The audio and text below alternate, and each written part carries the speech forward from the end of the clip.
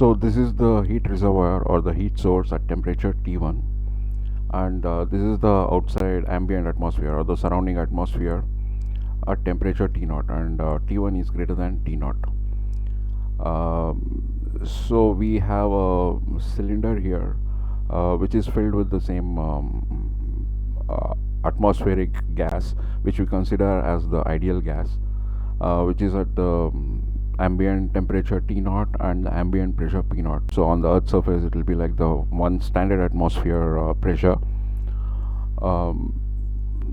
So in the first step what we do is we compress this adiabatically. That is, we increase the pressure from P0 to P1 very slowly, quasi-statically, and so therefore the temperature increases. So this is the temperature. We increase it such that we apply such a pressure such that the final temperature is T1, which is same as the heat reservoir temperature. And then we do isothermal. We attach the cylinder to the heat reservoir, and then do an isothermal expansion. That is, we very slowly, quasi-statically remove the pressure, reduce the pressure from P1 to P0. That is, we extract work from this system isothermally, and so this is what we get. There is an isothermal expansion of this system. So these are the steps we consider. This is the simple steps we consider. First, we have a cylinder at standard temperature and pressure. We adiabatically compress it and then isothermally expand it. So this is the process we consider. So on the PV diagram, what we find is, so this T0, this is an isotherm T0, and this is another isotherm T1 on the PV diagram. At first, this is the initial state, P0, V0, T0. This is the state of the gas in the cylinder. We do the adiabatic compression. So it goes from P0, V0, T0 to P1, V1, T1. This is the first step. So the temperature is given by T1 equals T0 into P1 by P0, 2 by F plus 2. This is just the adiabatic process. P power 1 minus gamma, T power gamma equals constant, or T power omega, so instead of gamma we have used F. We know gamma is F plus 2 by F, so that gives this. And the amount of work we invested during this process, during this adiabatic compression, is W1, which is 1 plus F by 2 Nk T1 minus T0. So T1 is the final temperature, T0 is the initial temperature. So this is the change in energy of the system, which is equal to the work invested in the system. We have used a negative sign to show that this is the work done on the system. In the second step, we do an isothermal expansion from P1 V1 T1 to P0 V2 T1. So the temperature is the same, T1 T1, because it's an isothermal expansion, but the pressure reduces from P1 to P0, and the volume changes appropriately in accordance with the reducing pressure. Volume actually increases. This is the expansion. So in this step, the total work done by the system, here it is positive, so it's the work done by the system, which is equal to Nk T1 ln, this is a natural log, P1 by P0. Using this T1 equals T0, this adiabatic expression, if we put that inside, instead of P1 P0, we can express this in terms of T1 T0. So we'll get this 1 plus F by 2 Nk T1 ln T1 by T0. So this is the work extracted from the system. This is also equal to the heat energy input by the reservoir. So this is the Q out, is the amount of heat energy lost by the heat reservoir, and this is exactly the amount of work extracted from the system. So at W2, in the second step, we extract work. In W1, the first step, we input work into the system. And after the second step, what we get is we have we are left with this Q left of amount of energy in the system. That is, the temperature of the gas is T1. So the total energy of the system is 1 plus F by 2 Nk T1. This is the gas energy is F by 2 Nk T1 plus the whatever the pressure holding it, the mechanical part is Nk T1. So this is like the enthalpy of the system. So and so what we do is in the simply we just leave it to the atmosphere. We just leave this amount of energy to be lost to the atmosphere, so that T1 gets back to T0. So all this energy, extra energy, the hot gas that is containing, we just leave it to the atmosphere, so that slowly the cylinder cools and reaches the outside temperature, the ambient temperature T0. So in that case, so there is no work done at this. In the third step, there is just a loss of heat energy. So we can define the efficiency of this system as W2 minus W1 by Q out. So W2 is the work extracted from the system, W1 is the work input into the system, and Q out is the energy lost by the heat reservoir. So this is what we get on simplifying this. And what we see is this is less than the Carnot efficiency. That is, this efficiency is less than 1 minus T0 by T1. For example, we can see if T1 is 10 times T0, we expect that the efficiency, the Carnot efficiency will be 0.9. 1 minus T0 by T1, which will be 0.1. 1 minus 0.1 is 0.9. But this efficiency, the efficiency of this expression, using this expression, E will be 0.61. So it is less than 0.9. So in this process, what we are doing is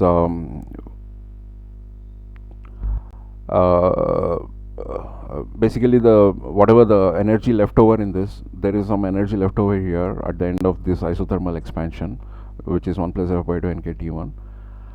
We just attach this cylinder to the ambient atmosphere, and there is a loss of heat from this. It's an isobaric process. Isobarically, there is a loss of heat, so the system, the gas temperature reduces from T1 to T0 when we attach it to the outside atmosphere.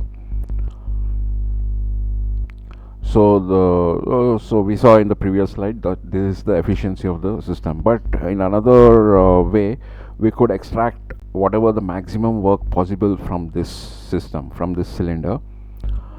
If we do that, then the amount of work done will be this is the amount of maximum work we can extract from the system at temperature T1 and ambient pressure P0,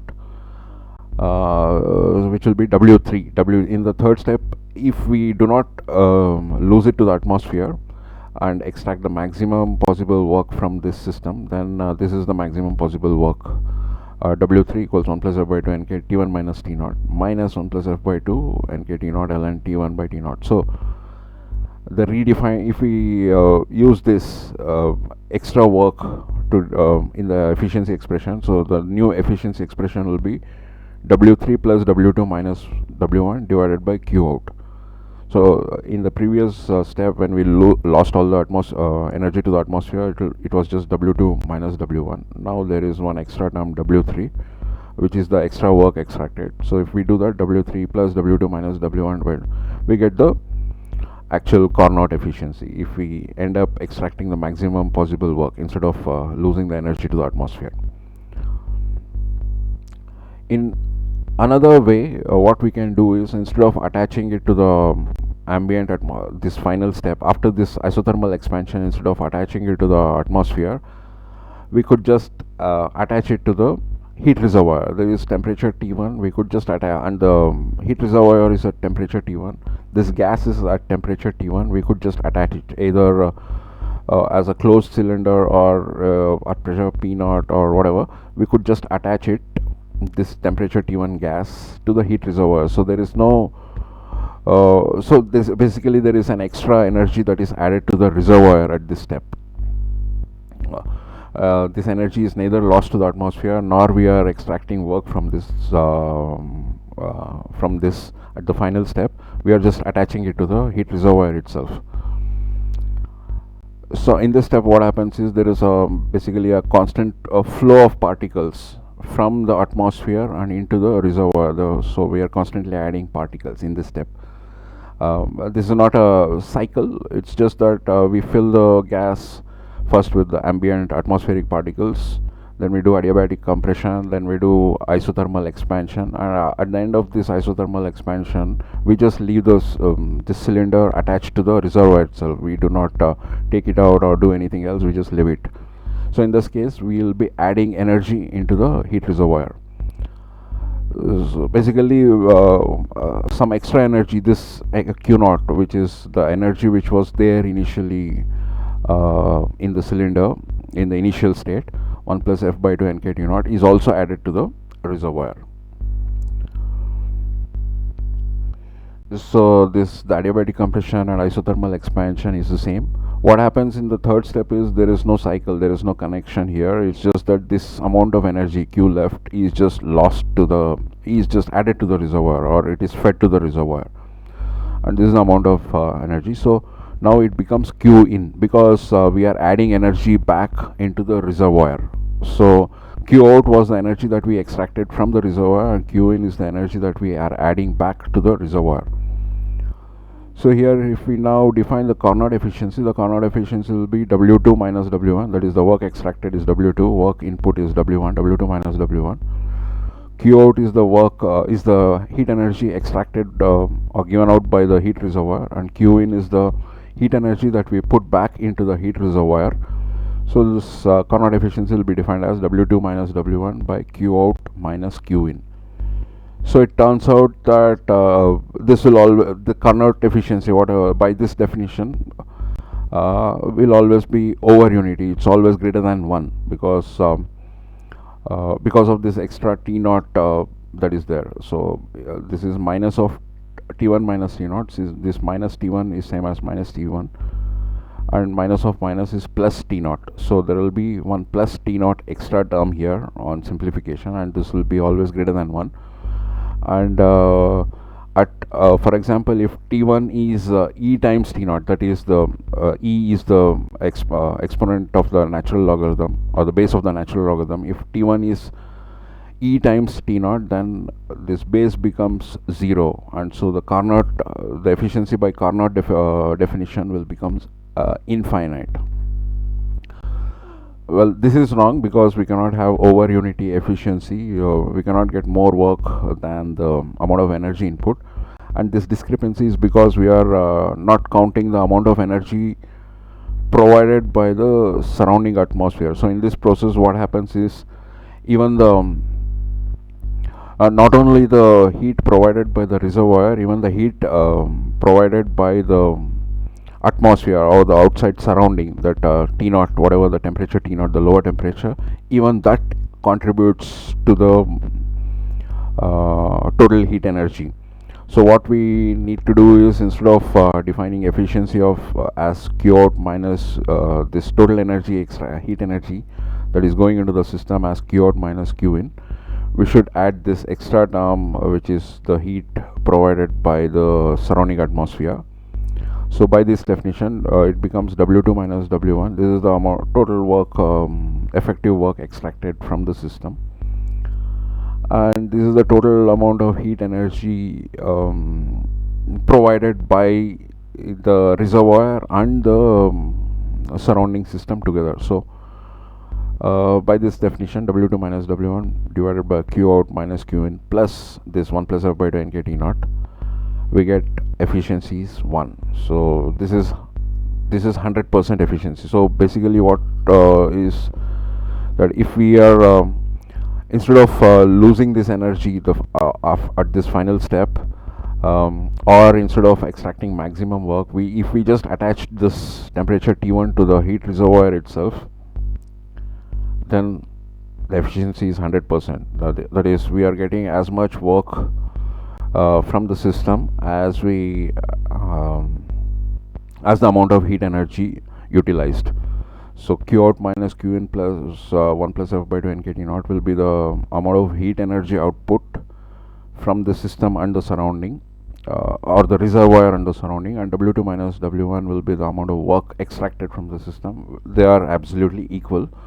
So the efficiency of this procedure or this process is 100% efficient. So this is a 100% efficient heat engine.